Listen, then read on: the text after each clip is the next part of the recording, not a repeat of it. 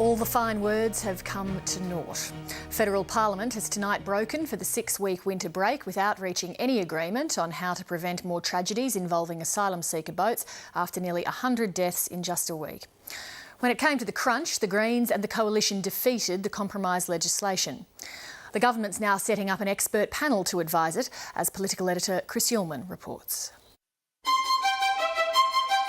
This is genuinely an attempt to end the politics, to have a true compromise. The Prime Minister knew full well yesterday when she rejected our offer that she was voting for deadlock. The Senate now needs to pass this bill. This is now a yes or no proposition. The government is the one that reversed a policy that worked to stop the boats. Today is the day we are on the verge of a solution. If we could just talk. Just talk turned out to be what today was all about. Each and every senator needs to examine their conscience. Would come under enormous pressure with those sorts of numbers, and that's why we said we'd do it over 3 years. We'd get to that number and not immediately. From the early hours of the morning, a parade of politicians called on senators to endorse or condemn a House bill that would allow offshore processing for asylum seekers. It is a house of review, not a house of obstruction, and I haven't written off the Senate yet. Good morning again. It was the kind of day that must baffle most casual observers. Everyone agreed urgent action was needed. Each and every senator needs to examine their conscience. It's time we just ate glass, crunched glass over this, and we have to eat humble pie sometimes, and we have to be prepared to shift our position. The desperate reason for action was literally a matter of life or death. Yesterday, another boat sank and more people died. At 9:30 p.m. last night, the search and rescue effort was suspended. The advice of Border Protection Command is that there were 134 people on the boat. 130 lives were saved. 113 men, 3 women, 12 boys and 2 girls. The body of one person who died has been recovered.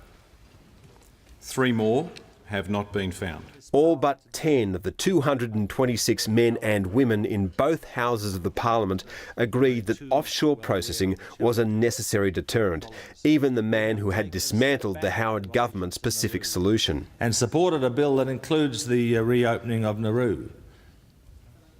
That is a big step for this government, and it's something that has caused many of our members quite a deal of angst. And yet the bill was doomed before debate began. The Prime Minister knew full well yesterday when she rejected our offer that she was voting for deadlock. Which is a political solution.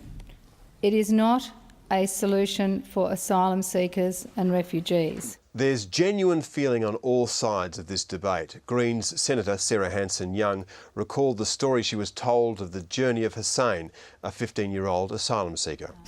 My sister sold all of her jewellery, everything she had, to save enough money for me to get to Australia. But the tears fell on harder ground today. Many of the speeches in the House of Representatives yesterday were very fine, very personal, very emotional. But to be honest, many of them lacked clarity. They lacked clear thinking about what the Parliament has been asked to do. And I don't want to see the Senate repeat those contributions today. And a reluctant convert to offshore processing from Labor's left. I'm troubled by the Nauru approach. I'm troubled by the Malaysian approach. When the circumstances change, you change your mind, and the question is asked, what would you do? Turned on the Greens for refusing to budge. Only the impotent are pure. And I think the Greens are standing flat-footed, but pure. The Greens offered a list of amendments to the bill, including lifting the humanitarian intake from 13 to 20,000 and increasing funding to the United Nations, but would not countenance offshore processing, saying in a media alert that increased targeted resettlement would stop the boats. You say that nobody would get on boats if your amendments go through. Are you still of that view? No, that's what it says in the release, so it's a pretty big claim. It's not that nobody would get on boats. The issue is that desperate people will try anything they can. And I totally understand that. And the coalition offered the plan which failed in the lower house yesterday. There's been a lot of talk, Madam Acting Deputy President, in recent times that compromise is the answer. Can I say regrettably that history is littered with example after example after example of compromise not working. In the midst of it all, another boat arrived. Carrying another 100 people who put their lives at risk trying to get to Australia. And it all ended as scripted. We have not a solution, but a stalemate, and I think the Australian public are entitled to feel badly let down by the government and by the system. The Leader of the Opposition has said on many occasions to the Australian nation that he wants to stop the boats. Tonight, the Opposition voted against stopping the boats. The Opposition Leader sees only one way forward. I fear that the Australian public will conclude that the only way to stop the boats is to change the government. The government is establishing an expert panel and enlisting the aid of a cross-party group of backbenchers. The government has invited Mr Angus Houston, the former Chief of our Defence Force, to lead an expert group to work in the coming weeks, that is, to work quickly, and to provide a report to me and to the nation about the best way forward for our nation in dealing with asylum seeker issues. In the end, you can only measure politicians by weighing the things they say against their actions. By that measure, and the thousands of words spoken across dozens of hours, today was an epic failure. Political editor Chris Yellman, and a short time ago, the Immigration Minister Chris Bowen joined me from Canberra. Chris Bowen, is this panel the equivalent of outsourcing your policy formulation? No, not at all, Lee. What we're facing here is a situation where the Parliament has missed the opportunity to implement offshore processing legislation. Now, the government's had the benefit of expert advice for many months about the best policy options for eliminating the people smugglers business model. Now, we want a process where we can have that expert advice available to the whole Parliament, where we can have a fresh set of eyes come in and advise the whole Parliament on the best way forward. Clearly, the government has a preferred position here. Clearly, the government believes in the policy advice it's received, but clearly we've reached an impasse and a stalemate, and that just has to be acknowledged, and we need to move to the next step. So this is a move by the Prime Minister in good faith to work with the Parliament so we can get an outcome, and we can get one very soon. What makes you think that a policy devised by this panel is any more likely to get through the Parliament than Rob Oakeshot's bill this week? Well, look, it's a matter for others as to whether they accept the advice of the panel. But we think this is a genuine process. We think the Australian people want to see a breakthrough. This is a good opportunity in a transparent way for all the issues to be put on the table. There's a lot of myths and misconceptions, even amongst members of Parliament, about these policies, about what has worked in the past and what might work in the future. So let's get some very eminent and respected people, Angus Houston, respected, I would have thought, very clearly across both sides of the aisle. Paris Aristotle, likewise, not a household name perhaps in Australia, but somebody who would be deeply respected, I would have thought, on both sides of the parliamentary divide.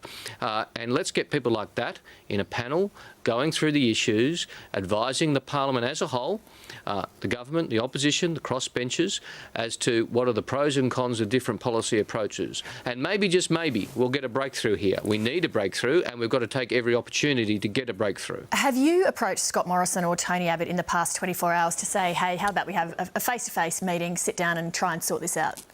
Oh, look, we've been through that, Lee. We had several meetings last year. But you've got to keep trying, though, don't you? Well, we have been. Nobody could question how much the government has tried over the last 24 hours and 48 hours to get this through the Parliament. But have you actually made a phone call?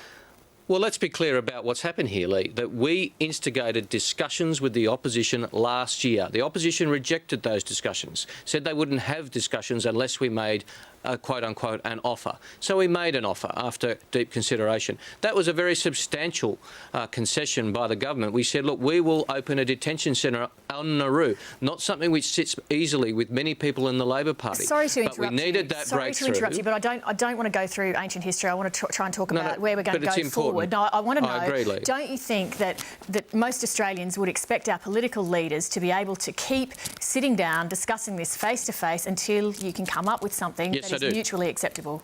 Yes, I do. Well, so I agree with you. You haven't made a phone call in the past 24 hours?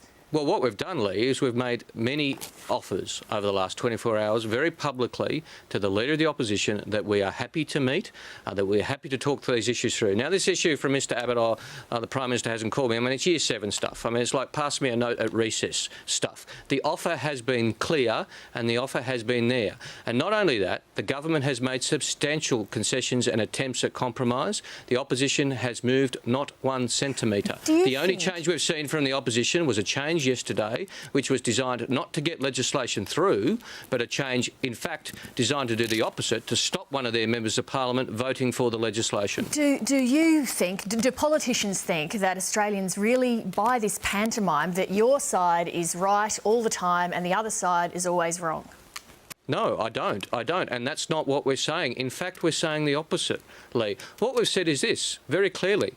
We think Malaysia's the right policy. The opposition disagrees.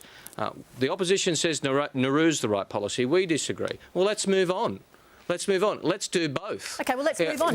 Surely trying Nauru on its own is better than nothing, which is where we're at now. No, I don't accept that. And I'm happy to go through that, Lee. I mean, there's a reason why all the expert advice to us has been that Nauru would not work as a standalone deterrent. Why? Because it's been tried before. What happened before? Boats kept coming. Nauru got so full that they then had to open Manus Island as well. And the worst maritime disaster with an asylum seeker vessel this nation has seen, Civex, the loss of 353 men, women and children occurred while Nauru was open and operating. I do not accept for 1 second the myth by the Liberal Party that opening Nauru would stop drownings at sea, because we've seen it before. We saw 353 souls perish while Nauru was open. We do have all the expert advice coming now than over that period.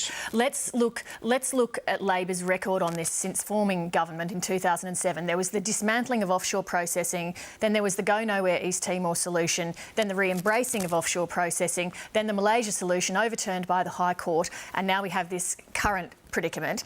The only reason we're currently in this situation is because of Labor's mismanagement, isn't it? Well, no, obviously I don't accept that characterisation, Lee. And you just said you didn't want to go through ancient history. You want to talk about moving forward, and I'm happy to.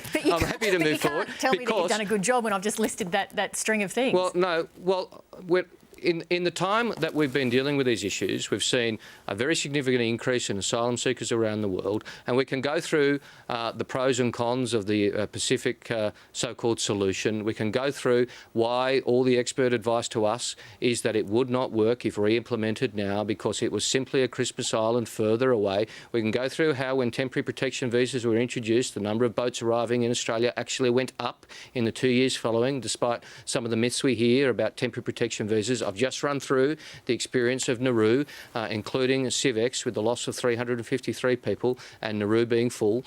We can go through that. But I think the Australian people are frankly sick of that discussion and sick of that debate. Yes, we've been frustrated by the Parliament. Of course we have. Governments do get frustrated by Senates from time to time. But we do need a breakthrough in this impasse. That's why the Prime Minister has made this good faith step today to try and take some of the politics out, get the expert advice front and centre in the debate, and hopefully the Parliament and the Australian people can get the policy settings we need to stop people dying at sea, and we can finally resolve this issue. Chris Bowen, thank you very much. Thank you, Lee.